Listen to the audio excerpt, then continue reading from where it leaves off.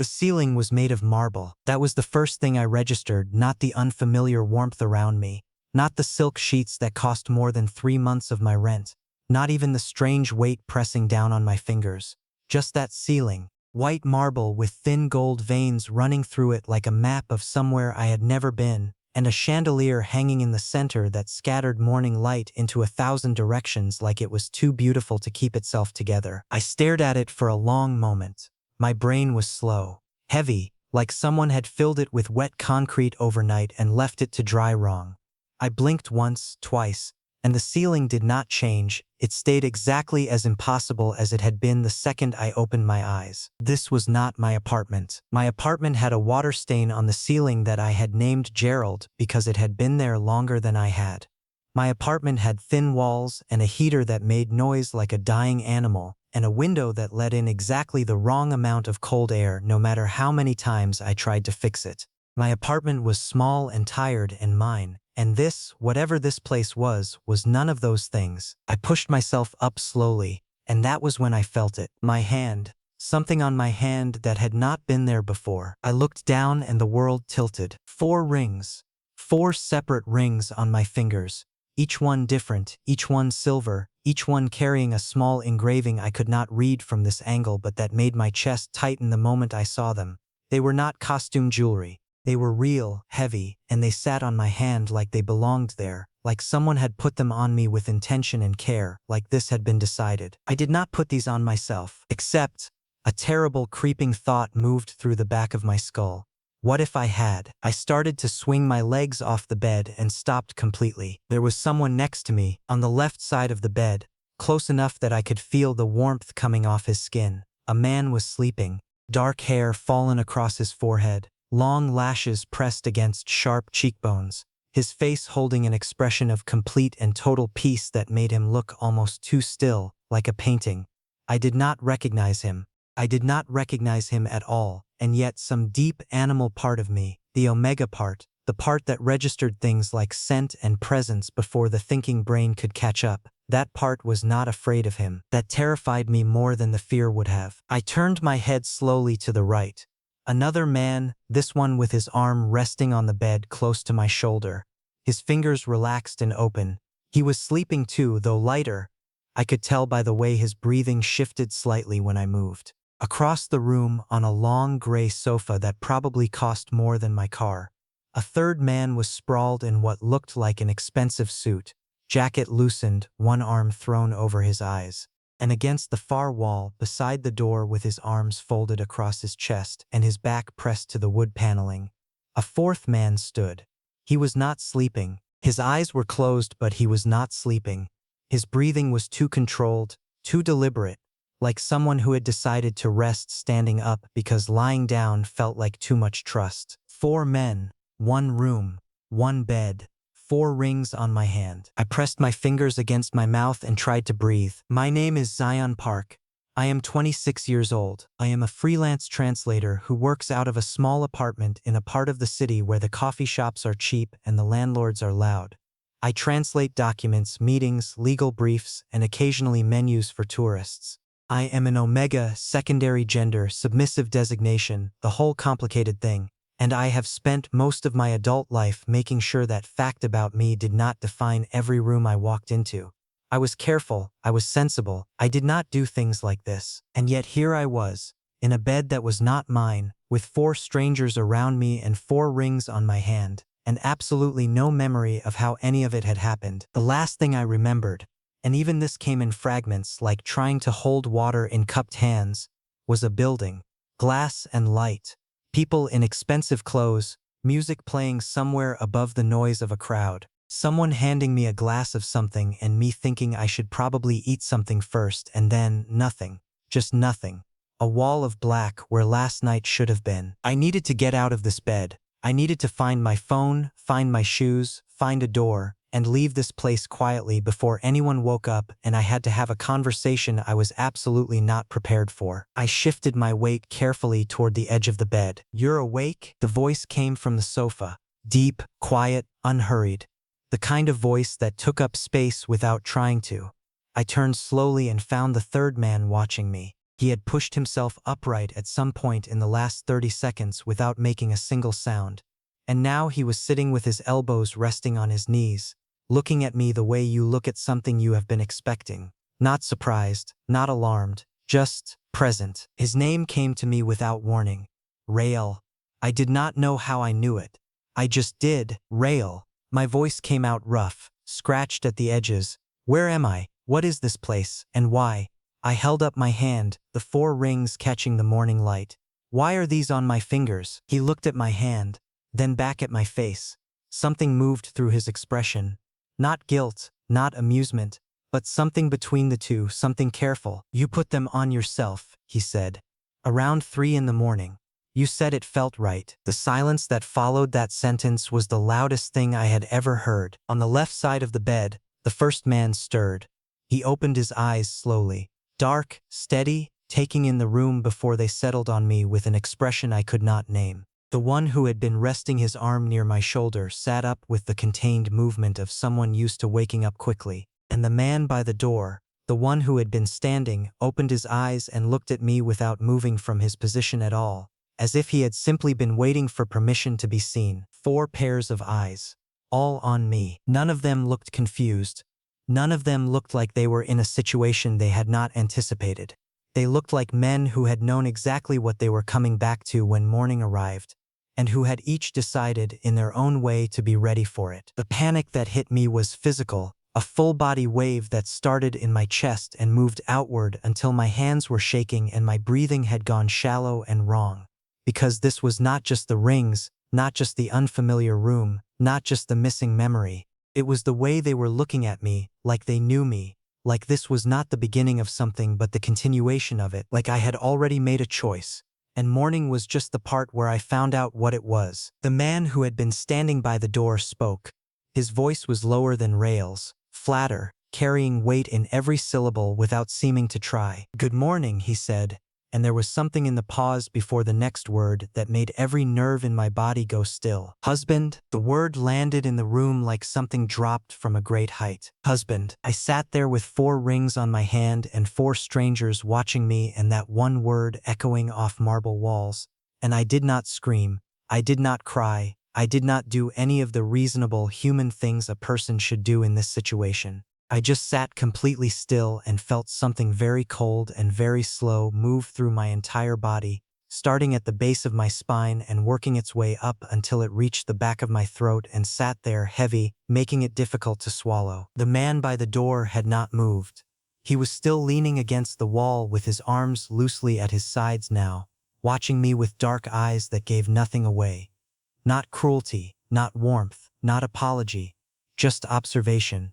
Like he was waiting to see what I would do next and had already prepared for every possible version of it. Rael stood from the sofa and crossed the room without any urgency, moving the way people move when they are very used to expensive spaces and have never once had to hurry for anything. He picked up a glass of water from the side table, already poured, already there, like someone had thought about this before morning arrived, and held it out toward me. I took it. I do not know why. My hands were shaking enough that the water moved, but I held it and looked at it and felt stupidly grateful for something to do with my hands. Talk to me, I said. My voice was steadier than I expected. All of you. I need someone to explain what happened last night from the beginning, and I need it to be the truth. The one who had been sleeping on the left side of the bed sat up fully and ran a hand through his dark hair. His face was careful, not closed off, but measured, like every expression he made had passed some internal filter before being allowed through. Seth.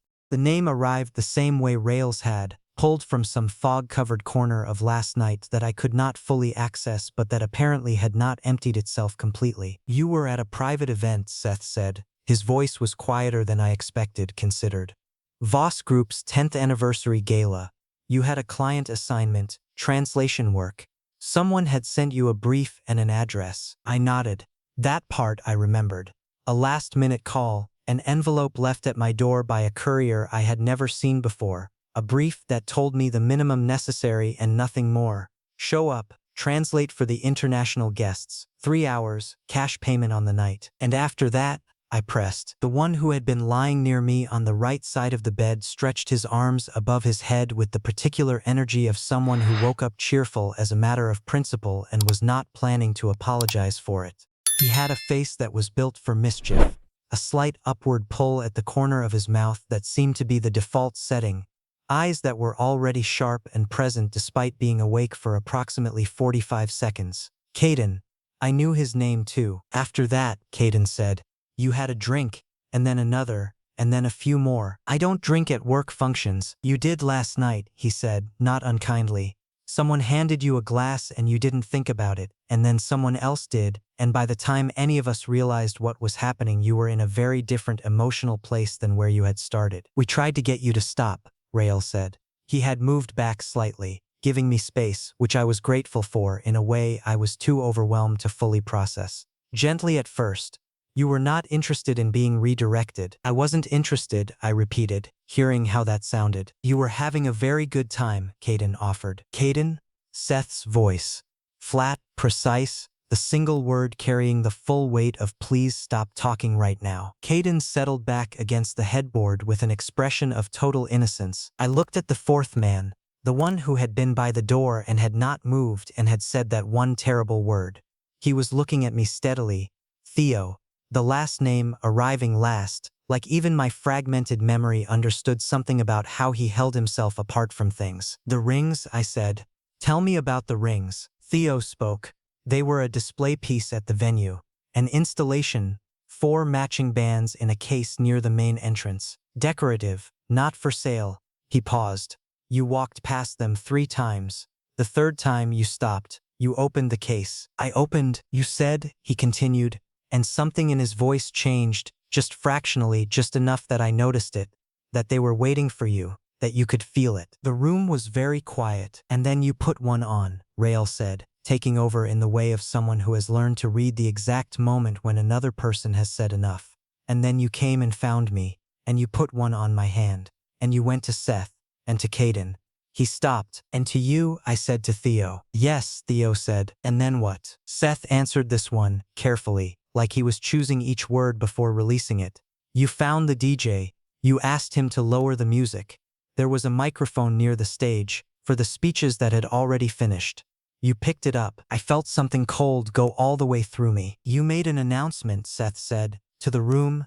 You said, he paused, something flickering across his face that was almost something. You said you had just gotten married.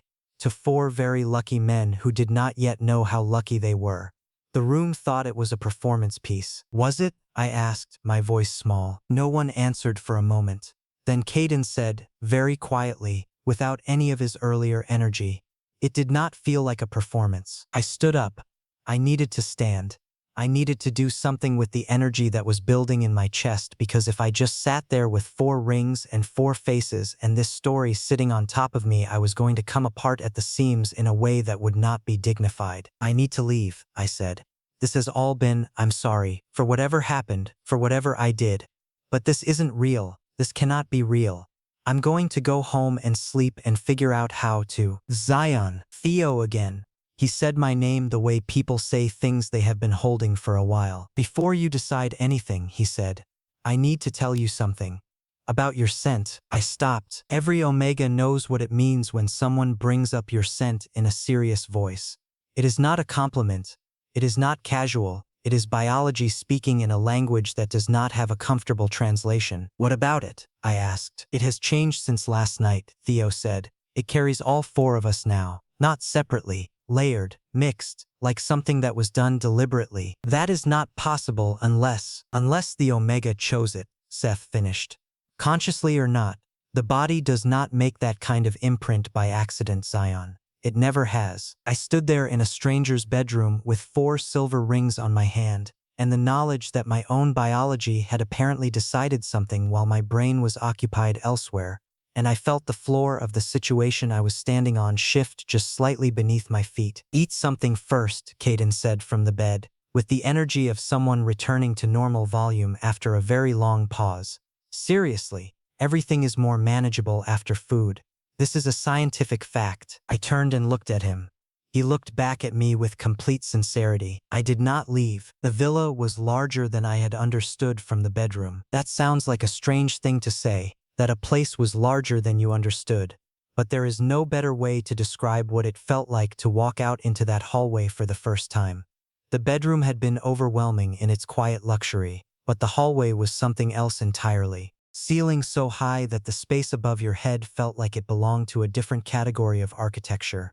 Walls that were clean and pale and undecorated in a way that took more confidence than any amount of art would have. Floor-to-ceiling windows at the far end that looked out over Seoul's skyline with the particular arrogance of a view that had nothing to prove. No clutter, no personal photographs, no small, comfortable imperfections that made a place feel lived in and human, just space and light, and the specific weight of money that has been around long enough that it does not need to announce itself anymore. Voss Group. The name clicked into place properly for the first time since I had woken up. I had translated documents for companies adjacent to Voss Group twice in the last year.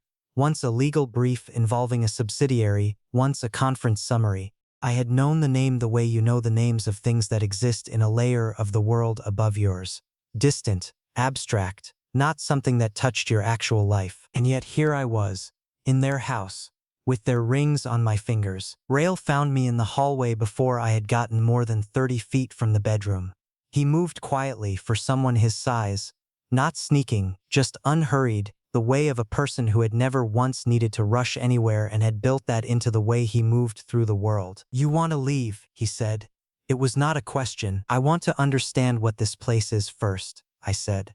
Which was also true. He walked with me without being asked, which I registered and filed away as something to think about later. He explained things as we moved, practically, without sentiment. The building was a private residence maintained by the group. The four of them kept separate apartments in Seoul but used this space when work required them to be in the same place for extended periods, or when they needed to be somewhere that was not accessible to people they had not invited. "So this is where you bring people," I said. "No," Rael said. He said it simply, without emphasis, like it was a fact of such basic nature that it did not require defense. "We do not bring people here." I stopped walking. "Then why am I here?" He was quiet for a moment, not the quiet of someone trying to avoid a question, but the quiet of someone who is choosing their words with actual care. "Because last night you knew this address. When things were at their most complicated and we needed to get you somewhere safe and private, you gave the driver this address. We don't know how you had it." Something cold moved down my spine. "I don't know this address. I have never known this address." "I know," he said. We stood in that hallway with Seoul gleaming through the window between us and the conversation neither of us was ready to have yet, and I felt the shape of the situation press in on me from all sides. My scent had changed.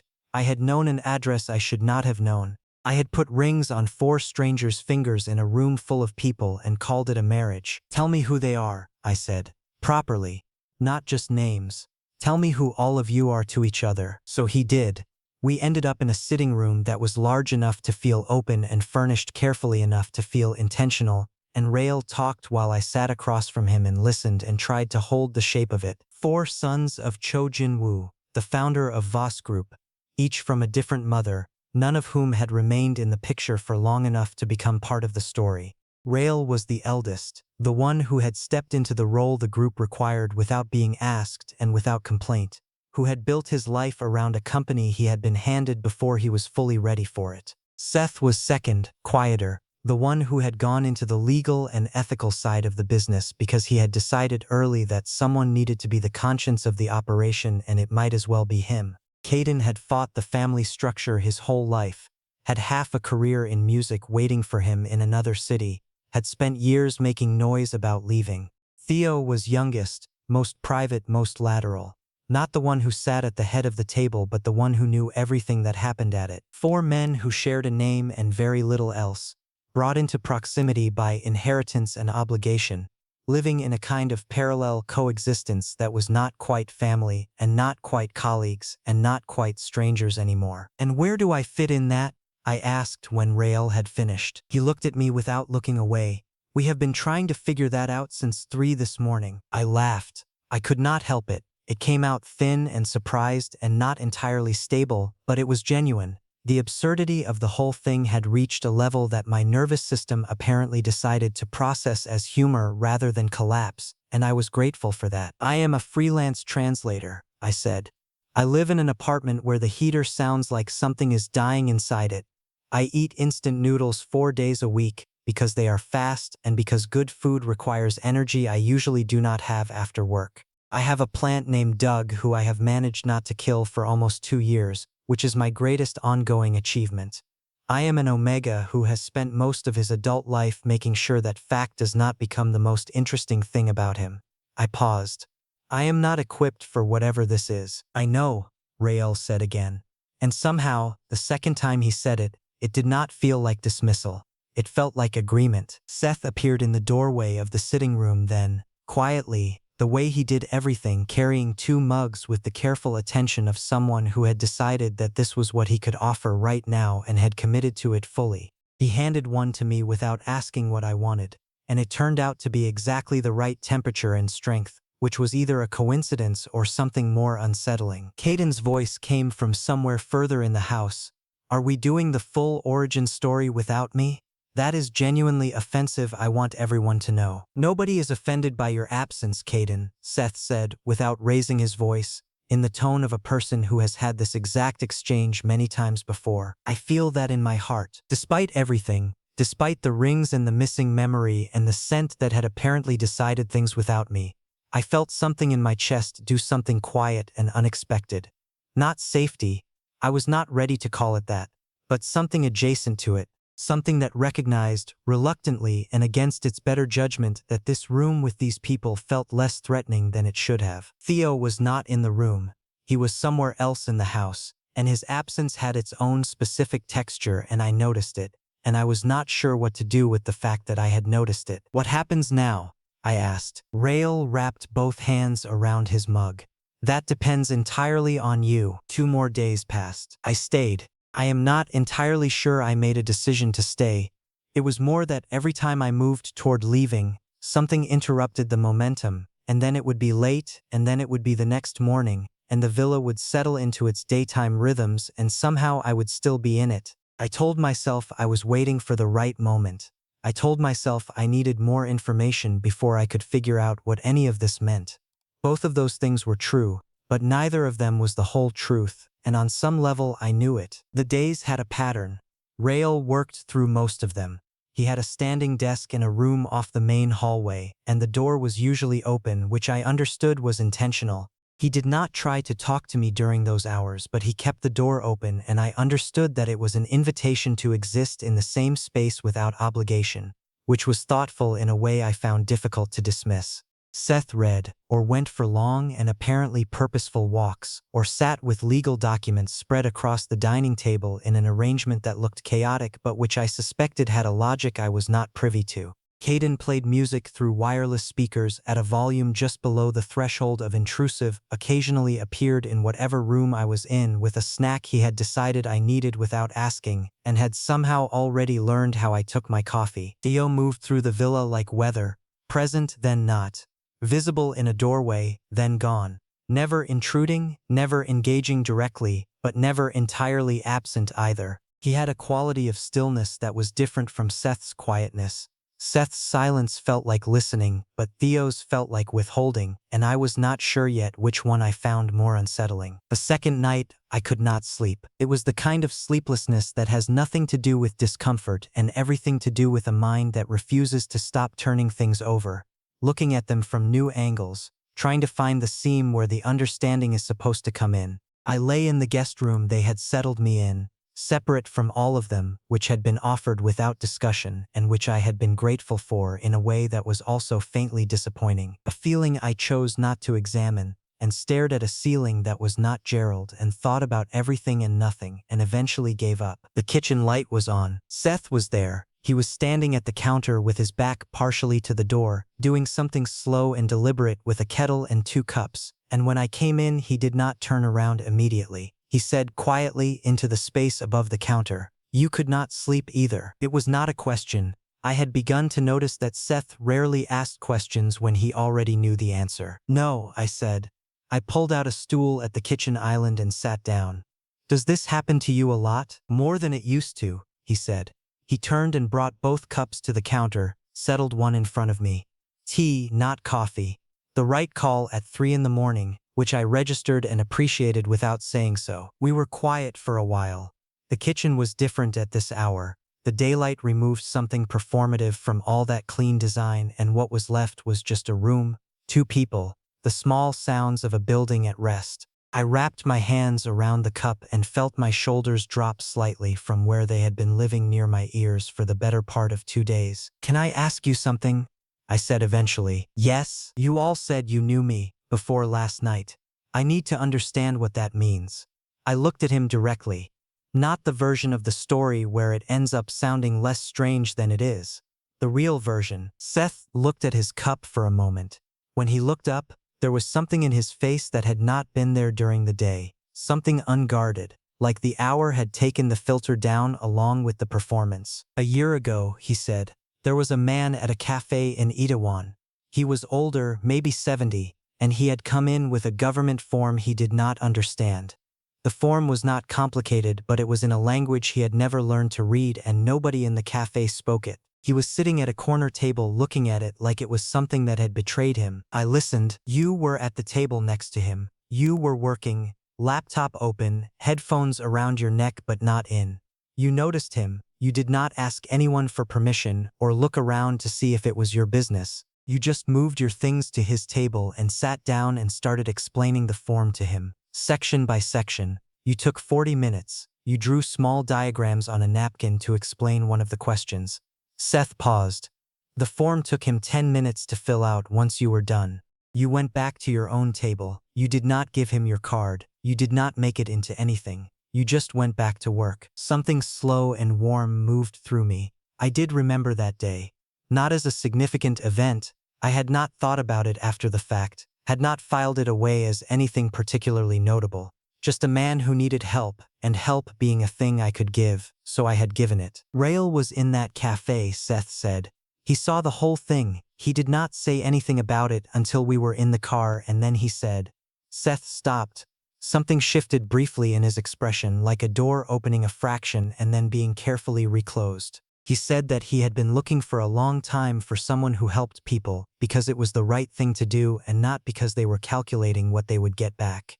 He said if that person ever came back into our orbit, he wanted us to pay attention. I sat with that for a long moment. None of you approached me after that. We found out your name. We did not go further than that. Seth picked up his cup. It did not feel like the right way to do things. And then I showed up at your gala. And then you showed up at our gala, he agreed. I looked at the rings on my hand. 3 in the morning in a kitchen that cost more than my entire building. And somehow this was the conversation I was having. And somehow it was making something loosen in my chest that had been pulled tight since I woke up on that marble-ceilinged morning. Seth, I said carefully, why are you the one telling me this and not Rael? He considered the question with the seriousness it deserved. Because Rael would have told it correctly, he said, and I wanted you to hear it the way it actually felt. I did not have an answer to that. I looked at him across the kitchen island at 3 in the morning and felt something I could not name shift into a slightly different shape inside my chest. And I held my tea with both hands and let the silence sit between us without trying to fill it. And for the first time since waking up in that impossible room, I was not afraid of what I did not know. I only started to become afraid again when I went back to the guest room and lay in the dark and realized that Seth's version of the story had not explained everything. It had explained how they had known me. It had not explained why, when I had walked into that gala, something in all 4 of them had apparently decided at once that I was someone they were meant to keep. That question stayed awake with me until morning. I had made a mistake about Kaden, not a cruel mistake, and not one I could have easily avoided. It was the kind of mistake you make about people who are very good at being what the room needs them to be. I had categorized him as the easy one, the uncomplicated one. The person in a difficult situation who laughs at the right moments and keeps the oxygen circulating so nobody suffocates on the weight of everything unsaid. I had taken his surface presentation for his full depth, and I had been wrong, and the 3rd night showed me exactly how wrong. Rael had been in his office with the door closed for the first time since I had arrived. A phone call that had been going on for hours, low and serious. Seth had gone to bed early, which I now understood was something he did when he needed to process things privately, and sleep was the most socially acceptable way to disappear. The house was quiet in a way that had texture to it. I found Kaden on the terrace. He was standing at the railing with both hands resting on the metal and his face turned away from the door, looking out at Seoul spreading itself across the dark below us. The city was lit the way cities are at this hour. Not bright, not dim, but continuous. Like light was the natural state of the ground and darkness was the exception. He did not turn around when I came out, and I realized after a moment that he had heard me coming and had decided not to perform for me. That was the first time I had seen him not performing. I stood beside him and looked out at the same city. We stayed like that for a while, which was something I was beginning to understand was possible with these men in a way it was not possible with most people. Silence that did not demand to be filled. Quiet that was a choice rather than a failure. "You're going to leave," Kaden said eventually. Not an accusation, not even a prediction really, more like something he was holding and had decided to put down. "I haven't decided yet," I said, which was the truth. "You're thinking about it in a way that looks like deciding," he said. I turned to look at him then. The terrace light was coming from below, a soft upward glow from the garden, and it caught his face in a way that showed me things the daytime kept hidden. The lines around his eyes that were not from age. The way his jaw was set more tightly than his usual expression suggested. The fact that his hands on the railing were not relaxed but held, controlled. The knuckles carrying a slight tension he was clearly not aware of. "Tell me something real," I said.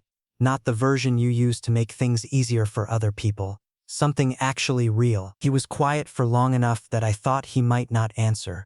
Then he exhaled.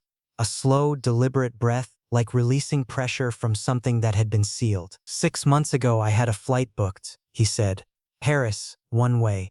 I had an apartment arranged through a contact in the music industry. I had 3 meetings set up with producers. I had a life planned that had nothing to do with Voss Group or inheritance or sitting in buildings like this one performing the version of myself that everyone in my family needs me to be." I listened without interrupting. I had been fighting with Rael for almost a year about whether I was obligated to stay. Fighting with Seth, quieter than with Rael, but worse because Seth does not argue back and that makes you feel like you're arguing with a wall that's disappointed in you. He paused. "Theo and I have never fought because we have never been close enough to fight. That might be its own kind of worse. What happened to the flight?" He turned his head to look at me. In this light, with that expression, he looked like a completely different person from the one who had given me coffee that morning and made everything sound manageable. He looked like someone who had been carrying something heavy for a very long time and had not yet decided who, if anyone, was safe enough to put it down in front of. "The night of the gala," he said. "I was in a corner of the main room. I had been there for an hour. I was not drinking, I was just done. Done with the event, done with the performance, done with being the Kaden that everyone at that kind of event expects. I had my phone in my hand and I was looking at the confirmation email for my lease in Paris and I was 30 seconds away from walking out of the building and not coming back." He stopped. "And then you walked past," he said. "I waited. You didn't see me. You were moving through the crowd toward the far side of the room and you had this look on your face like you were trying to figure out something. Not unhappy, just concentrated, present. And then you glanced over and we made eye contact for maybe 2 seconds and you stopped. And you said," he looked back out at the city, "you said, 'Are you okay? You look like someone who's having a different night than the one they planned.' And then your phone buzzed and you looked at it and said, 'Sorry, work,' and you kept walking." I opened my mouth and closed it again. I had no memory of this exchange. "You weren't checking on me," Kaden said. "You weren't doing anything except noticing. You didn't wait for an answer. You didn't make it into a moment. You just noticed and said so and left." He shook his head slightly. "I don't know why that was the thing. I have had people ask if I'm okay 1,000 times. But something about the way you did it. Like you were just telling me what you saw, no agenda behind it." I put my phone in my pocket. I didn't look at Paris again that night. The city below us kept its continuous light. A breeze moved across the terrace and I felt it on my arms and thought about how strange it was.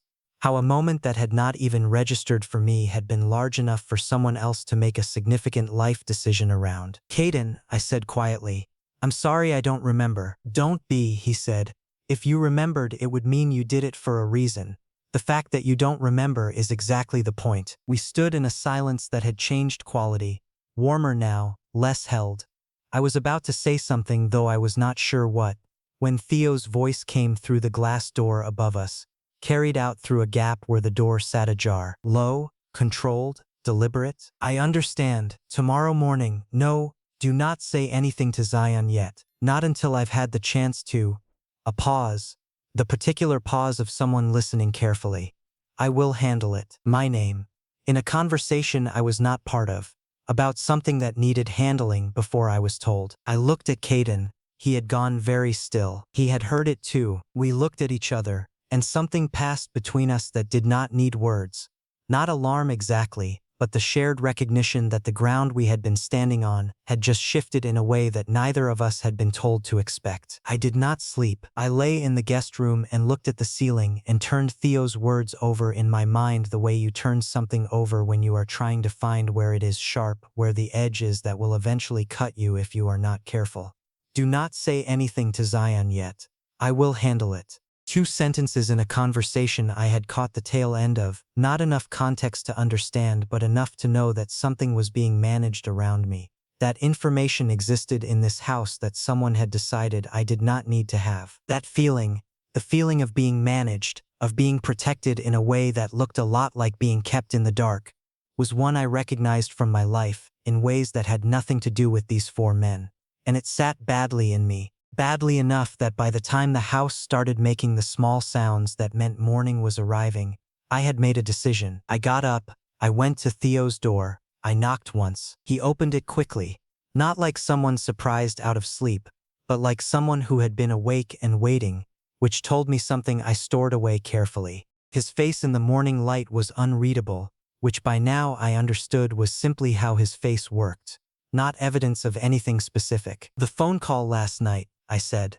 I did not apologize for bringing it up. I did not soften the edges of it. The part where you said not to tell me anything yet. I need to know what that was about. He looked at me for a long moment. Then he stepped back from the door. I came inside. The room surprised me. Not in its size or its luxury, both were consistent with the rest of the villa, but in its quality of use. The other rooms I had seen in this house had the slightly performative tidiness of spaces maintained for impression. This room looked like someone actually lived in it. Books with broken spines stacked on the floor beside a chair that had been sat in enough to hold the shape of a person. Papers on the desk with handwritten notes in margins. A jacket thrown over the back of the chair with the specific carelessness of someone who had taken it off in a hurry and had not had the bandwidth to care about where it landed. It was the most human room in the building. Theo sat at the desk. I took the chair. The gala, he said, without preamble, without softening, which I was beginning to understand was simply how he moved through difficult things, directly, without ornamentation. Before you arrived that night, there was a contract going through, translation work, diplomatic correspondence, Seoul to New York, confidential, high level. Your name had been submitted by a mutual contact as the most qualified independent translator available for the project. I went still. I approved the contract 3 days before the gala. I did not make the connection at the time. It was your name on a professional recommendation, not your name in any other context. He paused. The agency that contacted you to attend the gala that night was the same firm facilitating the contract. They did not tell you that the end client was Voss Group. The shape of what he was telling me was assembling itself slowly in my mind, and I let it assemble rather than rushing toward the conclusion. So I was at your event, I said carefully, working on your contract, and I didn't know it was yours. Yes, and you knew I was going to be there. Not personally. I knew a translator had been contracted and would be present for the international guest segment. I did not cross-reference that with your name until... He stopped. Until when, Theo? He looked at me. Until this morning, when I went through the contract file and saw your full name on the original submission documents. The room was very quiet. The phone call last night, I said. Who were you talking to? The firm's senior contact, informing him that there was a conflict of interest in how the contract had been executed and that the terms would need to be renegotiated, without the agency taking a commission on a situation they had manufactured. His voice carried something in it, Not anger, not quite, but the compressed version of it that lives in people who have learned that expressing it directly accomplishes nothing. They placed you at that event deliberately, knowing who we were, knowing the omega alpha dynamics in a room like that. They were hoping the situation would become complicated enough that you would have leverage, or that we would, or that someone would benefit from the resulting confusion. Something cold moved through me. They used me, I said. Yes, and you were trying to figure out how to tell me. I was trying to figure out how to tell you without it sounding like what it also is, Theo said, which is that my signature is on the contract that brought you into this situation. Regardless of my intent, regardless of what I did or did not know at the time, my signature, I sat with that. He let me sit with it without trying to fill the space or manage my response, which I registered as significant. Most people cannot tolerate the silence that follows a confession. They reach in and start rearranging it. Theo sat across from me with his hands flat on his desk and let me have the full weight of what he had given me without trying to make it lighter. Why didn't you tell me yesterday? I asked finally. Because I needed to be certain first, he said. I did not want to tell you a version of this that turned out to be incomplete. You deserved the whole thing or nothing. You could have chosen nothing. Yes, he said simply. I chose the whole thing. I stood up. I walked to the window and looked out, the same Seoul skyline I had been looking at for 2 days, the same permanent light of a city that never fully went dark. I thought about the contract. I thought about the agency. I thought about the fact that somewhere in this equation there was a set of people who had made choices on my behalf without asking me, and that Theo, who was as implicated in those choices as anyone, was the one sitting in this room being honest about it. This doesn't erase what happened, I said. I know, he said behind me. The rings, the announcement, whatever my brain and my body apparently decided that night without my conscious permission. That is still real, and it is still not resolved. I know, and you taking responsibility for the contract doesn't make the rest of it simple. I know that too, Theo said. I am not trying to make it simple. I am trying to make it honest. I turned around. He was looking at me with that particular steadiness of his, not blank, not closed, but held. The way you hold something when you know it matters and you do not trust yourself to handle it carelessly. I walked back out into the hallway. The other 3 were there. Not arranged, not waiting in any performative sense. Seth was coming from the kitchen, Kaden was leaning against the wall already looking at me, and Rael was standing near the window at the end of the hall. But they were all there, and when I came out of Theo's room they all looked at me, and none of them said anything, and all of them were present. He told you, Rael said. Yes. Rael nodded once. If you want to leave, we will not make it difficult. The contract will be dissolved. The rings, he glanced at my hand, are yours, whatever you decide to do with them, and anything that happened at the gala will remain private. You have our word on all of it. Seth said, quiet and even, if you stay, nothing is required of you. No decisions, no definitions, just time to understand what any of this is. Kaden looked at me from his position against the wall and said, with none of his usual deflecting energy, with something raw and unguarded in its place. I don't want you to go. I'm aware that's inconvenient information, but I'm done pretending it isn't true. I looked at Theo last. He had come to stand in the doorway of his room and he looked back at me and said nothing. He had already said everything he was going to say. The decision was mine and he was going to let it be mine, and the fact that he understood that, the fact that he was capable of standing in that doorway and not trying to influence what happened next, told me more about him than anything else he could have said. I looked down at my hand. 4 silver rings. Different weights, different engravings, but wearing the same morning light. I thought about Gerald the water stain and my instant noodles and Doug the plant who was probably extremely confused about where I had been. I thought about the contract and the agency and the way things had been arranged around me without my knowledge. I thought about Seth's 3 in the morning tea and Kaden standing at a railing with Paris in his pocket deciding not to go. I thought about Rael keeping his office door open. I thought about Theo choosing the whole thing. My rules, I said. Whatever this is going forward, my rules matter. I am not an accessory to this family or this company or whatever shape this takes. I am a person with opinions and a life and a plant who needs watering. Kaden made a sound that was not quite a laugh, but was close. And I am going to need a lot more honesty than most people are comfortable giving. I continued. From all of you, all the time. Not protected honesty or managed honesty or honesty you decide I am ready for. The real kind. Yes, Rael said. Yes, Seth said. Obviously yes, Kaden said. Theo said nothing. He just held my gaze across the length of the hallway and inclined his head, once, slow and deliberate. Okay, I said. I looked at the rings one more time. Then I looked up at the four of them, complicated, private, damaged in their specific ways, present in this hallway on a morning that none of us had planned. Someone needs to tell me where the nearest coffee is, I said, and then we can figure out the rest.